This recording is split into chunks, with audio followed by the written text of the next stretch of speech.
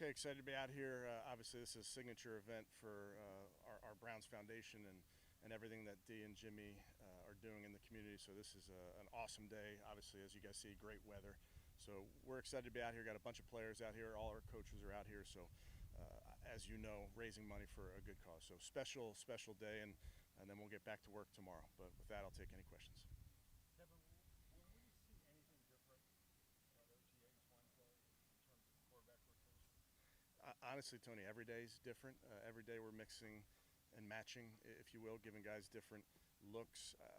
I've told you before, it's not going to be a 25% down the middle type thing, or I guess down in fourths, but we're trying to expose the guys to different things. What have you learned about these guys, Kevin, that you've had them here outside for a while? Yeah, we've learned a lot, Jeff. I think the big thing is, and we've talked about this is an all-encompassing evaluation. So we were evaluating the guys during phase one, during phase two, and now finally phase three, you get to go against your defense in some settings where our quarterbacks and our offense get to go against them in 7-on-7 and some team drills. So all of that adds up to reps for us to look at, and it's not just looking at the result of a play. We're looking really at everything with these guys. Kevin, for the quarterbacks and the offense as a whole, what should look better and be better this week and next as opposed to last week?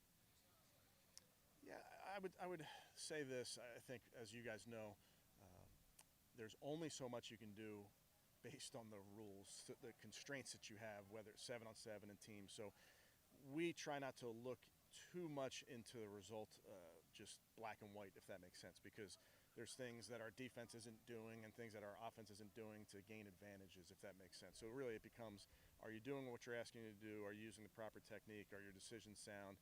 And then the accuracy of which you throw it. So I'd say all of that adds up to really good work for our guys, and this is definitely part of learning how to get ready to play a game too, because as much as we're just working drills, ultimately you're also getting ready for September as well.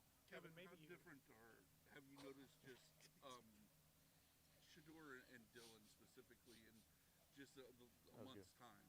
Yeah, those guys are doing great.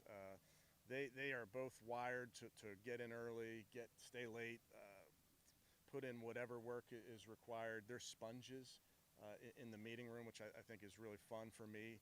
In my vantage point, I get to sit there and watch the two young guys look over, and there's Joe, 40 years old, won a Super Bowl. There's Kenny Pickett, just going into year 4, but first-round draft pick that's been on a couple teams, won a Super Bowl last year. There's Deshaun, had a ton of success in his career. They can kind of feed off of all those guys. So that's the thing I'm really, it's fun for me to watch them get better sometimes just by listening. Kevin, how important is it for some of these young players that have come in here, even guys that are maybe in their second or third year, to really pay attention to how the older players approach this time of year, and as opposed to maybe expecting the older players to give the big speeches and things like that, just to have these young players, I guess, follow the example set by you? Yeah, I think that's certainly something, Daryl, that I talk about with our young players. You know, we often talk about leadership. There's also followership and the ability to find that guy that I want to follow. And sometimes it can just be from observation.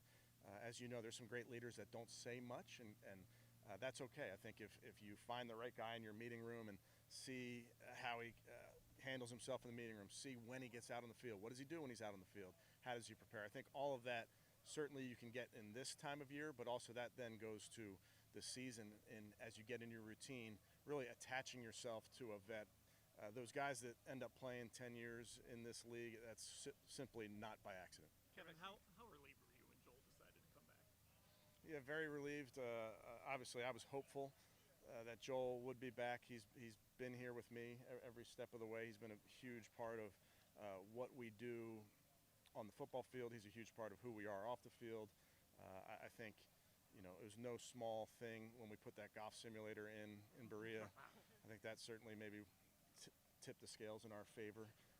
But he's a pro's pro. I think he's a future Hall of Famer, so I'm thrilled he's back. Andrea said Thank you. Mm-hmm. Pickett just said that you also met with him and that you were involved. What is it about him, this quarterback, that suits what you're going to do on offense? Yeah, well, I'd say we meet with everybody, so I bet you Kenny met with all 32 teams. But I like how Kenny's wired. He's a really tough kid. When we traded for him, Coach Narduzzi called me right away and was thrilled because he just believes in who the young man is and how he goes about his business. He's a gym rat. He's another guy that works extremely hard at his craft. But we're excited about his skill set. I'm excited about the things that he's been exposed to in his young career already. And then, he's just got to, like he's doing right now, he's focusing on putting one good day in front on top of another. Kevin, has Shador taken some 11 on 11 reps when we're not out there, and do you think that we will see some of those on Wednesday when we do come out here? Yes, and I would say there's a lot of work that gets done when you guys aren't out there, believe it or not. But even that's, and I say that, Mary Kay, even in a meeting or in a walkthrough, just our guys are getting exposed to a lot. I know stay on the golf course is probably fun and obviously for a good cause, but how much do you look forward to this, having so much of the team getting together outside of the building? Yeah, it's a big part of it, Cam. Just as you come together as a team, you want to spend time with each other, whether you're going out to get dinner or lunch or spending time over the weekend with each other. So this will be fun. I'll make sure that whoever captures some of these swings, I'll include them in the team meeting tomorrow. But the guys, they enjoy being out together, and we do have a few guys that enjoy the game of golf. So you'll see a few of them. They've been around town playing, and this is just another way for them to be around their teammates. Kevin, you talked so much about the division. I was wondering what you thought about that proposal. I know it didn't pass, but to not, to reseed when it comes to the playoffs. Yeah. Do you think that kind of takes away from the emphasis you like to put on the division? I do. I understand both sides of that argument, but I think winning your division really should be the primary goal of every team, and it should mean something where you get to host a playoff game. I understand some of the things that were brought up at the league meetings. We'll see if that gets revisited next year, which I would assume it does. But we know our division. We know how tough it is. We beat up on each other, and we feel like there should be some type of reward for that. Seems like the compromise would be a reseed after the first round, so we would still get the first Right. position, but if you're like 9 and 18, Right. you go down. Right. Are you opposed to that? Yeah, I would love to see a little bit more of the information on that, Tony. I think that's something that will come up next season and in the owners' meetings and the league meetings as they talk about those things. Those are the type of discussions we have not had yet. I've seen that proposal, but we have not discussed that one at length. Because we're on a golf course. At practice the other day, I saw a TrackMan.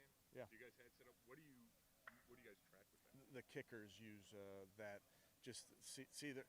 What's really important about that one, Scott, is the height of the ball when it crosses the line of scrimmage. So you can kind of tell, make sure that the ball, you can get lulled to sleep as a kicker if you're just driving the ball and realizing that there's going to be guys like Myles Garrett putting their hands up at some point. It seems like a lot of conclusions were drawn or have been drawn about where things sort of already stand in the quarterback competition, based in part on one OTA that was overturned.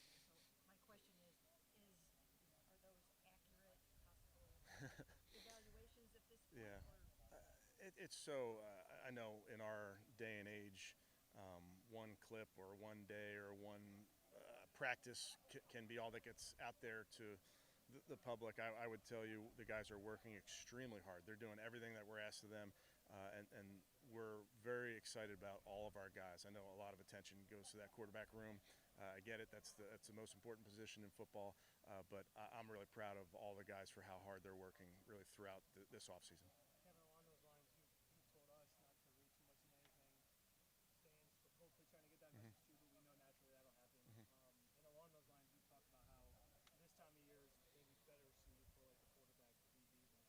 So as a whole, though, like what is the main thing, the main goal that you're hoping to get out of like the OTA setting versus something like mandatory minicamp or even training? Sure. I think that offseason program, you're really building a foundation, and that's for the players. You're building a foundational understanding of scheme.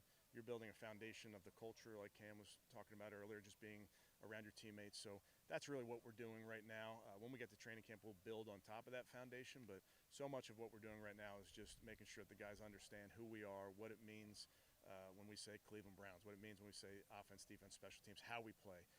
Because we're different than the other teams in our division, just like they're different than us. We want to make sure that we have an identity that's unique to us. So a lot of that is building that foundation now. so that when you get to training camp, you can build upon that. It seems like those guys do a very You guys are out there tomorrow, right? Oh, see you Wednesday. it seems like those guys do a fairly good job of shutting out that external noise. I guess, like, why do you think that is? The quarterback room specifically, like with the competition. Yeah, I think external noise is nothing new in pro sports, and whatever the noise may be, and that's kind of our job. That's the fun part for me is I get to go into work and pull in and close the door and get to work and not focus very much on that. We understand that exists. We understand that there's a great interest in our sport. That's what keeps us going is our fans' level of interest in our sport. So I completely get that part, but it doesn't factor into our day-to-day. We have a lot of work to do, and don't really pay much attention to what's going on outside. With all due respect. Thank you.